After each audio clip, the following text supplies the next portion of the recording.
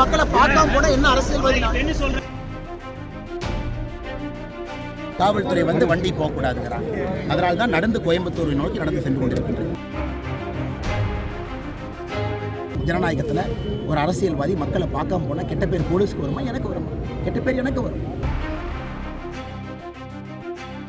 சட்டத்தை காட்டிய பிறகும் கூட காவல்துறை அநியாயம் பண்றாங்கன்னா என்ன பதில் சொல்லுங்க?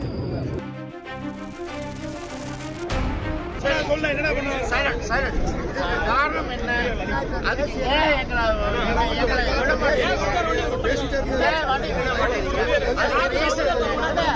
சரியான பதில் சொல்லுங்க.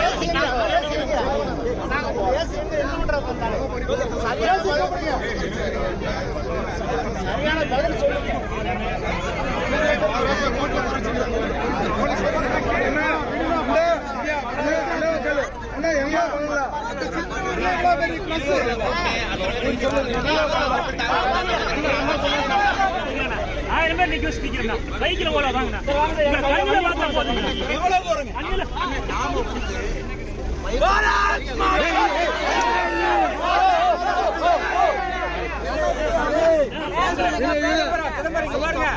மரியாதையா லைட் ஆஃப் பண்ணாரு அண்ணா. பிரச்சாரம் பண்ற மக்களுக்கு கூப்பிடு போறாங்க. ஆமா தப்புங்கறாங்க. நின்னுட்டு இருக்கிற மக்களை பார்க்காம போனா என்ன அரசியல்வாதி? என்ன சொல்றேன்? நான் 3 மணி நேரம் நிக்கிறேன். எப்படி நான் உங்களை பார்க்காம போக முடியும்? 4 மணி நேரம் நின்னுட்டேன். கண்டிப்பா. கைய மட்டும் போட்டுட்டு 7 வருஷமா லைட் ஆஃப் பண்ணி 8 மணி நேரம் நான் நின்னுக்கிறேன்.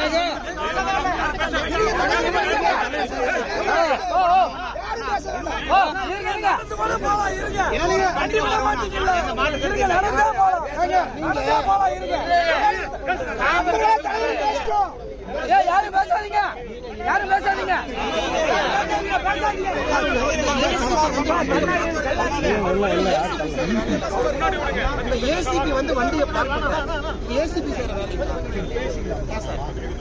வேலை வண்டி விடுறீங்களா இல்லையா? அந்த பேச்சு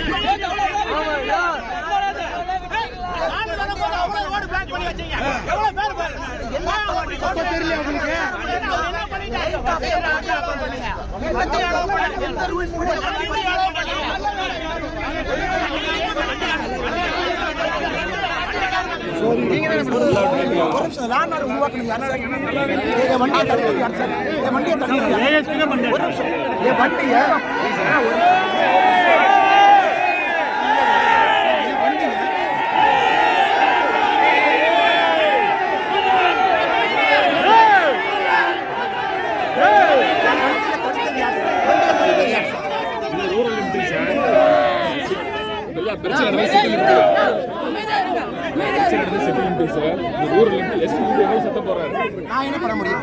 வண்டியில ஏற முடியுங்க. நான் வண்டியில போறேன். வண்டியில ஏற பிரச்சாரம் எங்க சார் பண்ண?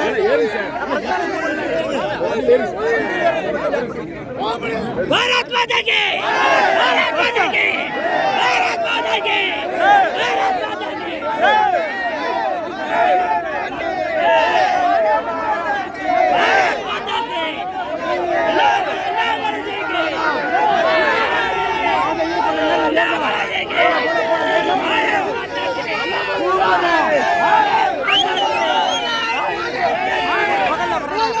அன்பார்ந்த பத்திரிகை நண்பர்களே, ஒரு ஜனநாயகத்தினுடைய குரல் வலைய காவல்துறையும் இங்க இருக்கக்கூடிய ஆளுங்கட்சியும் செய்து கொண்டிருப்பதை பார்த்துக் கொண்டிருக்கின்றோம்.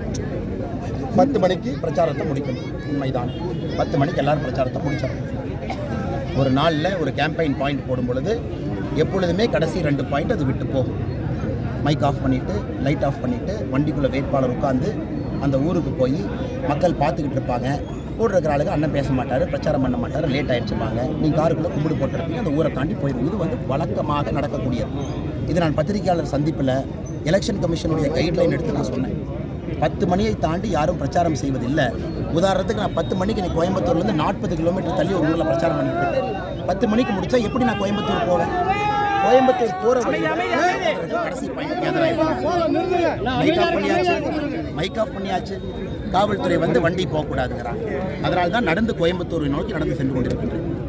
இன்றைக்கி நமக்கு தெரியும் காவல்துறையினுடைய வேலை இன்றைக்கி கோயம்புத்தூரில் என்ன ஆயிடுச்சுன்னா, ஆளும் கட்சியினுடைய பணத்தை டிரான்ஸ்போர்ட் பண்ணுறதுல தான் அவங்க கவனம் முழுமையாக இருக்குது.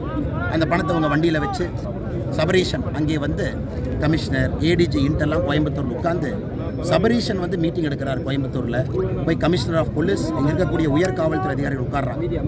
இவருடைய நோக்கம் எல்லாம் திராவிட முன்னேற்ற கழகத்தினுடைய பணத்தை எப்படி டிஸ்ட்ரிபியூட் பண்ணுறாங்க. இன்னைக்கு காவல்துறை வண்டியில் பணத்தை வச்சு இன்றைக்கி பார்த்தீங்கன்னா பொங்கலூர் பகுதி இங்கே போய் கடைசி பாயிண்டில் டெலிவர் பண்ணிடுறாங்க. அங்கே டிஸ்ட்ரிபியூஷன் நடக்குது. நான் ஏற்கனவே சொன்னது போல் இந்த பண டிஸ்ட்ரிபியூஷன் நாங்கள் தடுக்க போவது கிடையாது. அது மக்களுடைய பணம் திரும்ப மக்களுக்கு வருது, கொடுக்குறவங்க கொடுத்துட்டு போகிறாங்க.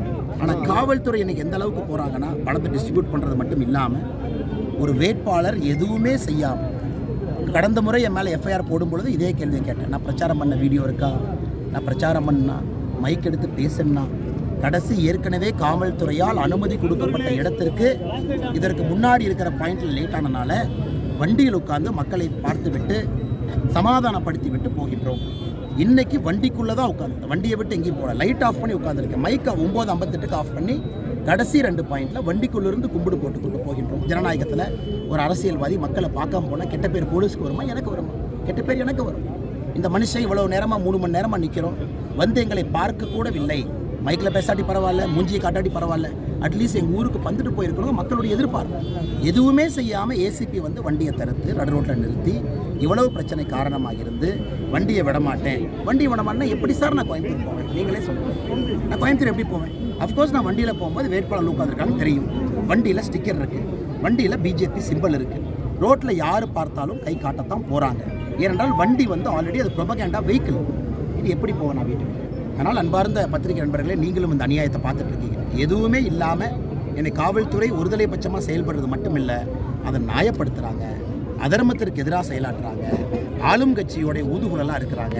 இது வன்மையாக கண்டிக்கத்தக்கது மட்டுமல்ல, தமிழ்நாட்டு மக்கள், கோயம்புத்தூர் மக்கள் பார்த்து கொண்டிருக்கிறார்கள். எந்த தவறு செய்யாமல் எஃப்ஐஆர், எந்த தவறு செய்யாமல் இவர்களாக ஒரு புது ரூல். அதனால தான் நான் காவல்துறை கேட்குறேன், ரூல் புக்கு காட்டுங்க சார். 10 மணிக்கு மேலே கேண்டிடேட் பொது இடத்துல இருக்கக்கூடாதுன்னு சொல்லுவேன், நான் வீட்டில் போய் படுத்துங்கிறேன். ஆனால் 10 மணிக்கு மேலே கேண்டிடேட் பொது இடத்துல பிரச்சாரம் செய்யக்கூடாது, மைக்கு பயன்படுத்தக்கூடாது. 10லிருந்து 6 மணி வரை சட்டத்தை காட்டிய பிறகும் கூட காவல்துறை அநியாயம் பண்ணுறாங்கன்னா என்ன பதில் சொல்லுங்கள்? இப்போ வந்து டிசிபி என்ன சொன்னாங்க? நடந்து போக சொல்லுங்க, வண்டியில் போகாதீங்க, நடந்து போங்க. வேறு ஆப்ஷன் என்ன சார்? நடந்து தான் போகணும். அதுக்கும் தடுத்துறாங்க. வண்டியில் போகாதீங்கன்னா நடந்து போல வாங்க, நடந்து போகிறதையும் தடுக்கிறாங்க. இவங்க பிரச்சனை பண்ணதுக்கப்புறம் பிஜேபி தொண்டர்கள் அங்கேருந்து கொடி எடுத்துகிட்டு ஓடி வர்றாங்க. கொடி எடுத்துகிட்டு போகாதீங்க எல்லாம் சொல்லிட்டு, யாரும் கொடி எடுத்துகிட்டு வராதிங்க, கொடி இல்லாமல் நடந்து போகும். கொடி எடுத்துகிட்டு போனாலும் ப்ரொபகேண்டா. அவங்க என்ன சொல்கிறாங்கன்னா, வேட்பாளர் நானே ப்ரொபகேண்டா, ரோட்டில் நான் நடந்தாவே அது வந்து பிரச்சாரம். அப்படி இருக்கும்பொழுது ரூல்ஸ் வயலேஷன். இந்த மாதிரி அநியாயம் கோயம்புத்தூரில் பண்ணால் நீங்கள் சொல்லுங்கள் சார், பிரச்சாரம் பண்ணுறதா இல்லை வீட்டுக்குள்ளே போய் உட்காந்துக்கிறதா? தோல்வி பயம் வந்த திமுக அண்ணாமலை முகத்தை வெளியே காட்டக்கூடாதுன்னு நடந்துச்சு. என்ன நியாயம்? பத்திரிகை நண்பர்கள் நீங்களே சொல்லுங்கள். இல்லை கமிஷனர் தான் சொல்லிட்டு கடந்த முறை எஃப்ஐஆர் போட்டாங்க. நான் வீடியோ கொடுத்தாங்களா? நான் பிரச்சாரம் பண்ணதை காமிச்சாங்களா? நான் மைக்கில் ஏதாச்சும் பேசுறதை காமிச்சாங்களா? 10 மணிக்கு மேலே காவல்துறையால் அனுமதி ஏற்கனவே வாங்கப்பட்ட இடத்திற்கு மக்கள் 4 மணி நேரமாக நிற்கிற இடத்திற்கு நீங்கள் பத்திரிகை நண்பர் சொல்லுங்கள். தமிழ்நாட்டில் மக்கள் நிற்கிறாங்க, வேட்பாளர் 10 மணிக்கு பாயிண்ட் கொடுத்து எந்த வேட்பாளர் அவங்க போய் பார்க்காம போகிறாங்க? நீங்கள் சொல்லுங்கள். கோயம்புத்தூரில் நடக்காமல் இருக்கா? எல்லா இடத்துக்கும் வேட்பாளர் போய் கும்பிடு போட்டு வண்டியில் உட்காந்துட்டு போகிறாங்க. அதையும் செய்யக்கூடாது என்றால் இது என்ன நாயம்? குறிப்பாக உங்களை வந்து பிரச்சாரம் பண்ணுறதுக்கு தடுக்கிறாங்களா இல்லை உங்களை குறி வச்சு தான் பண்ணுறாங்க? எத்தனை எஃப்ஐஆர் சார் போடுவாங்க? சும்மா வர்றது போகிறதுக்கெல்லாம் உளுந்ததுக்கெல்லாம் எஃப்ஐஆர், தொண்டர்கள் மேலே எஃப்ஐஆர். திமுக காரனே போய் அடிச்சுக்கிட்டு நைட் எதுவும் பேச மாட்டான், அவனே போய் ஹாஸ்பிட்டலில் போய் படுப்பான், எந்த காயம் இல்லை. பேருக்கு எஃப்ஐஆர் போடணும், எஃப்ஐஆர் நான் பெயிலபிள். ஏன்னா நான் பெயிலபிள்னா ரத்த காயம் இருந்தால் போட்டிருப்பாங்க.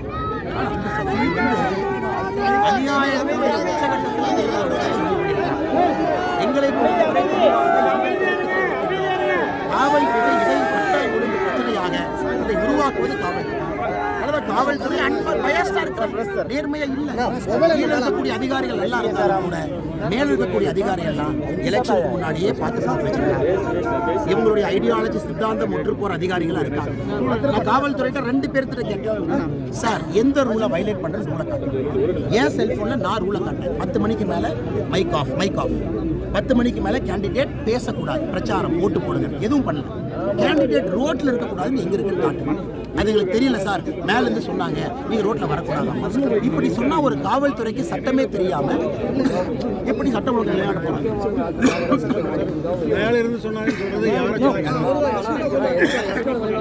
காவல்துறை தான் நீங்க கேட்கணும். அதிகாரியா மேல இருந்து சொல்றாங்க, அவங்க யார்கிட்ட இன்ஸ்ட்ரக்ஷன் வாங்குறாங்க? முதலமைச்சருடைய மருமகன் சபரீஸ்வரன் அமர்ந்து கொடுக்குறாரா, இல்ல சென்னையில இருந்து எடுக்கிறாங்களா? இதெல்லாம் நியாயமா நேர்மா நேர்மையா அந்த தேர்தல் நடத்தணும்னு நினைக்கிறாங்களா? காவல்துறையை மணி டிரான்ஸ்போர்ட்டேஷனுக்கு வெஹிக்கிள் கொடுத்து ஒருதலை பட்சமா இதெல்லாம் என்ன நான் ஏற்கனவே சொல்றேன், அந்த பணத்தை தடுக்கிறதுக்கு நான் போல, மக்கள் பணத்தை மக்கள் வாங்கிக்கிறாங்க. அதையும் பண்ணி என்னையும் ரெஸ்ட்ரிக்ட் பண்ணி என்னையும் வெளியே செல்லக்கூடாதுன்னா என்ன நியாயம்? நான் 9:58 மேல பேசினா 9:58 மேல லைட் போட்டனா எதுவுமே செய்யலாம். வண்டியை விட்டு இறங்கினா 9:58 மேல அப்பவும் இல்லை. 10 மணிக்கு ஒருத்தர் கலாட்டா பண்ணாரு, வாயக்கால சொன்னானே 10 மணிக்கு பிரச்சாரம் பண்ணக்கூடாது, பகல்ல வர பேசி மன்னிச்சுக்கல, பகல்ல அவர் கோபப்பட்ட 4 மணி நேரமா நிக்கிறேன் லேட் பண்ணிட்டேன். ஆனால் நான் இங்கே தவறு செய்தால் காவல்துறை இன்னைக்கு ஏவல் துறையாக ஒருதலை பட்சமா என்ன பண்ண முடியும்? செய்திகளை உடனுக்குடன் தெரிந்து கொள்ள உடனே சப்ஸ்கிரைப் பண்ணுங்க.